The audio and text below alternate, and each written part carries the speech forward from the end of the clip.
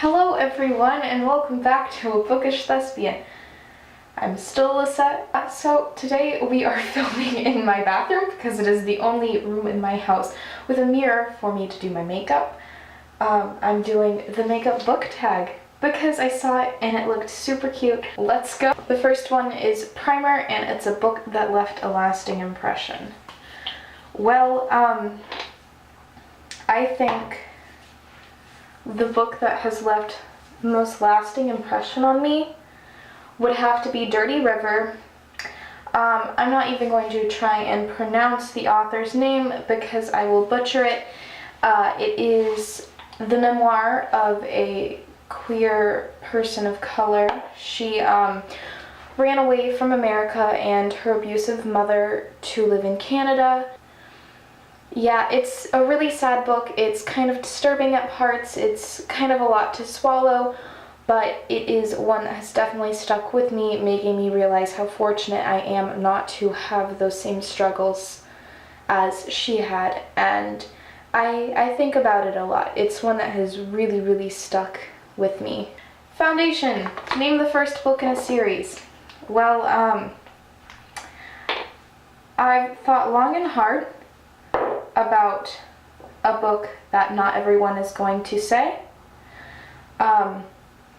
which is really hard because like most series are like things a bunch of people really get into, so like of course you're gonna have like a million people saying like Hunger Games or City of Bones or something, but yeah, I do my makeup with my fingers because I'm not gonna spend money on brushes or the little spongy things.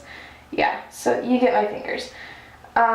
So I think that the book I'm going to choose for the first in a series is probably Eyes Like Stars. It is about a girl who grew up in this magical theater. This theater houses characters from every play ever written, and she is the only person in the theater who isn't a part of a play, and it's basically her life. There's like a love triangle, which is actually one I don't mind because it's actually written very well. It's between her, Ariel, who is the wind elemental in The Tempest, and Nate, who is a pirate from The Little Mermaid, and it is a very nice book.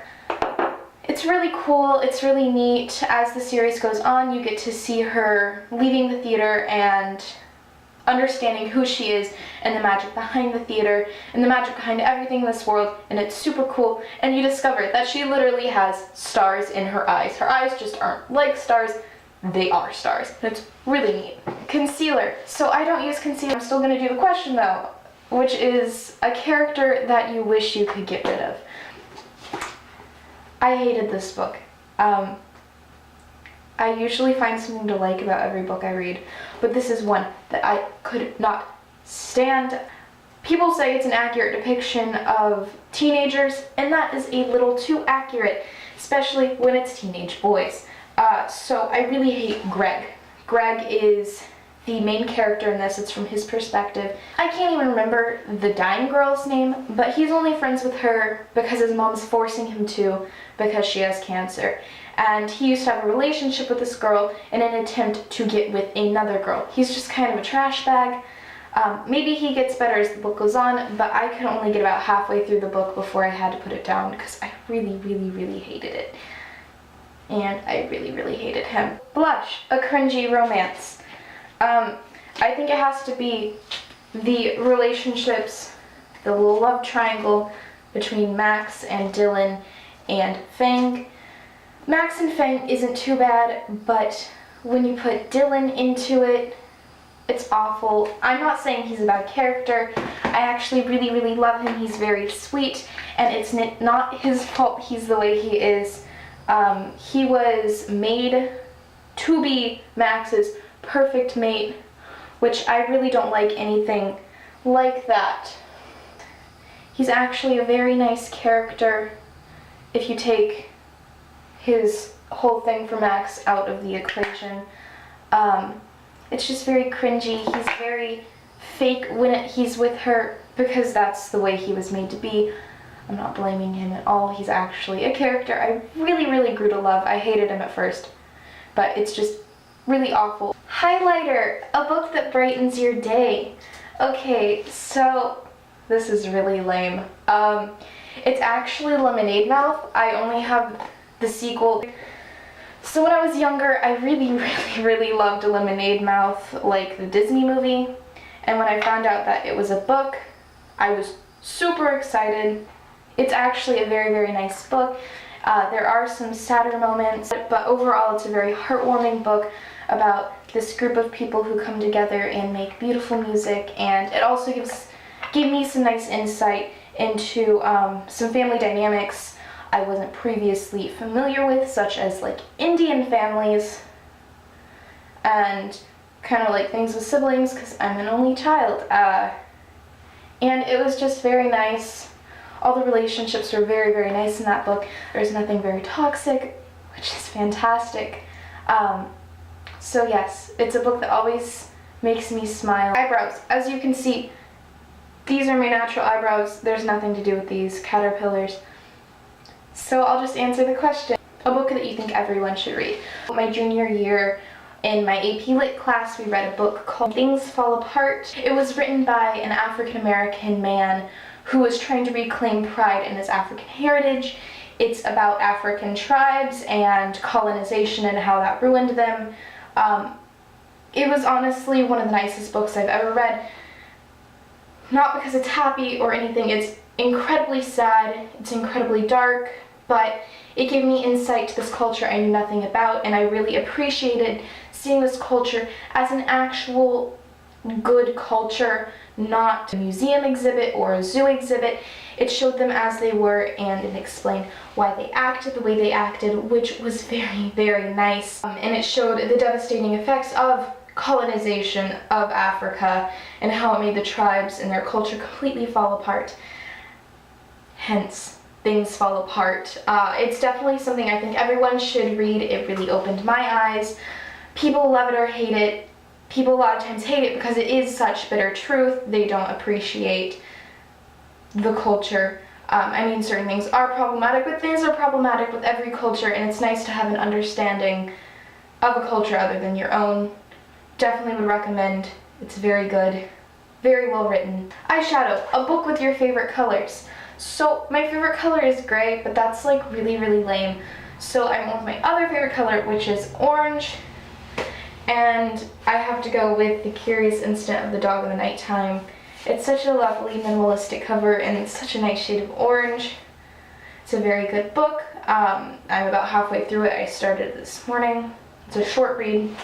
It was turned into a Broadway play. It's a story of a boy with autism who comes across a murdered dog in his neighbor's yard, and he's trying to figure out who murdered the dog and why.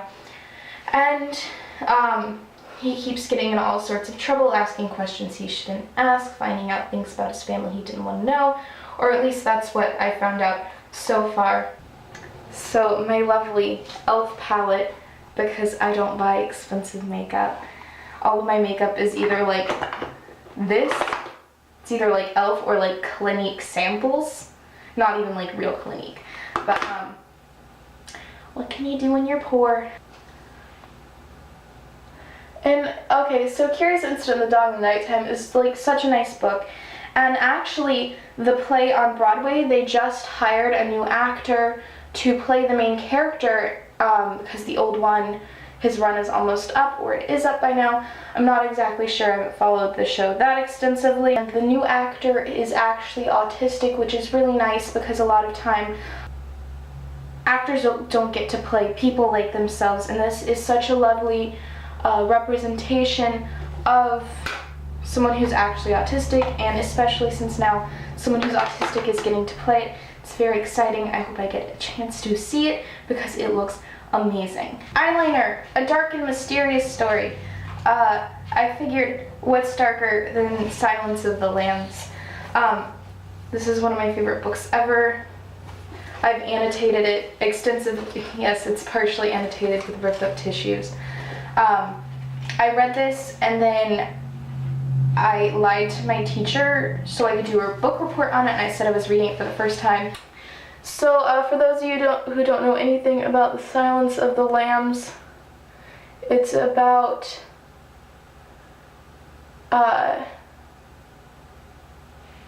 why can't I think of her name? All I can think of is Lindsay Sterling. That's a violinist. Clarice Starling. How could I forget that? She is an FBI agent, and she's investigating the abduction of a politician's daughter who was taken by who they believe to be Buffalo Bill. And she consults Hannibal Lecter, who has been previously arrested for murder and cannibalism. That's why I say it can't get much darker than this, because how can you get darker than a cannibal? And it's basically just like the story of that. It's a crime novel, so it's like trying to hunt down the murderers, so I figured that tied in mystery well enough. And it's really well written. Hannibal Lecter is one of my favorite villains of all time. I'm a huge fan of the TV show. I actually hate mascara, but the next question's about mascara, so I guess I'll put it on my face. It's a long book. I picked Les Mis by Victor Hugo. There's a reason it's called The Brick. This is an abridged version. This just has a few chapters cut out that really didn't add to the story, which I'm kind of thankful for because this is already intimidating enough. I haven't read it yet, but it is something that I plan on reading very soon because I love Les Mis with all my heart. It's one of my favorite things ever. I don't read much fan fiction anymore. I've gotten out of that phase of my life, but when I do, it's Les Mis fan fiction. But I really love Les Mis in all its forms. I haven't seen the play, or I haven't seen the musical. I really want to. The movie, I actually really like the movie. I know there's a lot of mixed feelings about it, but I love Eddie Redmayne, and I think that that in itself is a reason enough to love that movie. It's a really good story, a good revolution story. It's really sad. I only read sad things though. Setting Powder is the final book in a series. So I had to go with Clockwork Princess. I loved The Infernal Devices. Such a lovely series. I loved it much better than The Mortal Instruments. Not saying I don't like The Mortal Instruments, I just liked The Infernal Devices much better. For those of you who don't know anything about it, it takes place in like Victorian times, which I think that's part of why I liked it better because it's like a time period thing, and I really like mixing like the supernatural with the past because it's like in such contrast with like a lot of the strict beliefs and things. I've never cried harder at a series like ever.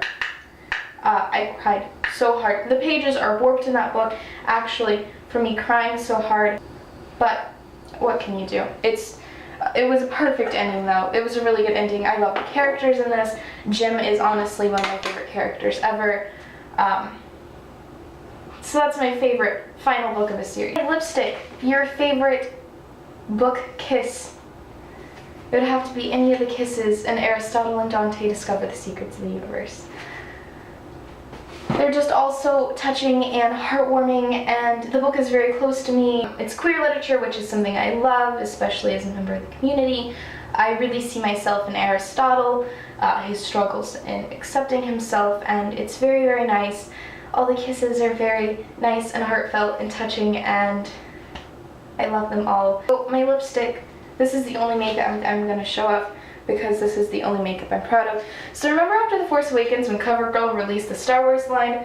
Well, my friend got me this one. I'm not sure if it's going to focus, but it's really pretty. It's my Star Wars lipstick. I think this one was inspired by the dark side because it's like bright red.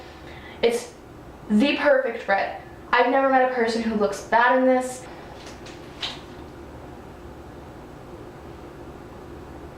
I'm actually like really bad at putting lipstick on. I always get it everywhere and I have to like fix it like 80 times before I look like a human.